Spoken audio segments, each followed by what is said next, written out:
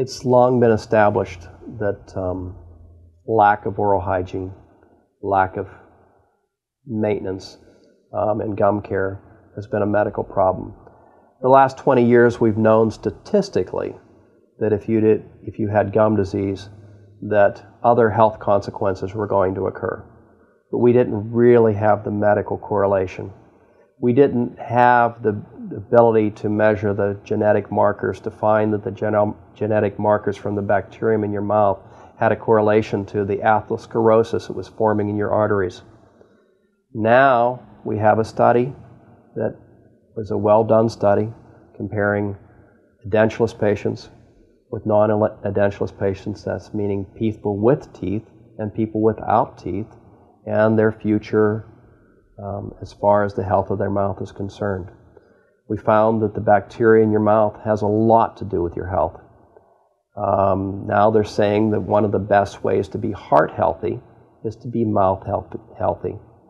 The tissue surrounding the root of the tooth, if a bacteria resides underneath the tissue, has a direct route of entry to the circulation system through the bone surrounding the root of the tooth.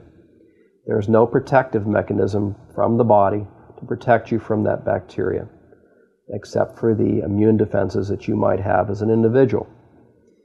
Each of our susceptibilities to a disease process is going to be unique. Each progression of a disease process is going to be unique. But to stack the deck in your favor, you should try to avoid the things that are going to cause you medical difficulty that are known. But dentistry becomes an important part of that. Because if 50% of our population suffers from gum disease, then 50% of our population are also suffering the ill effects of that gum disease. The additional strain on their immune system, the additional strain on their cardiovascular system and circulatory system.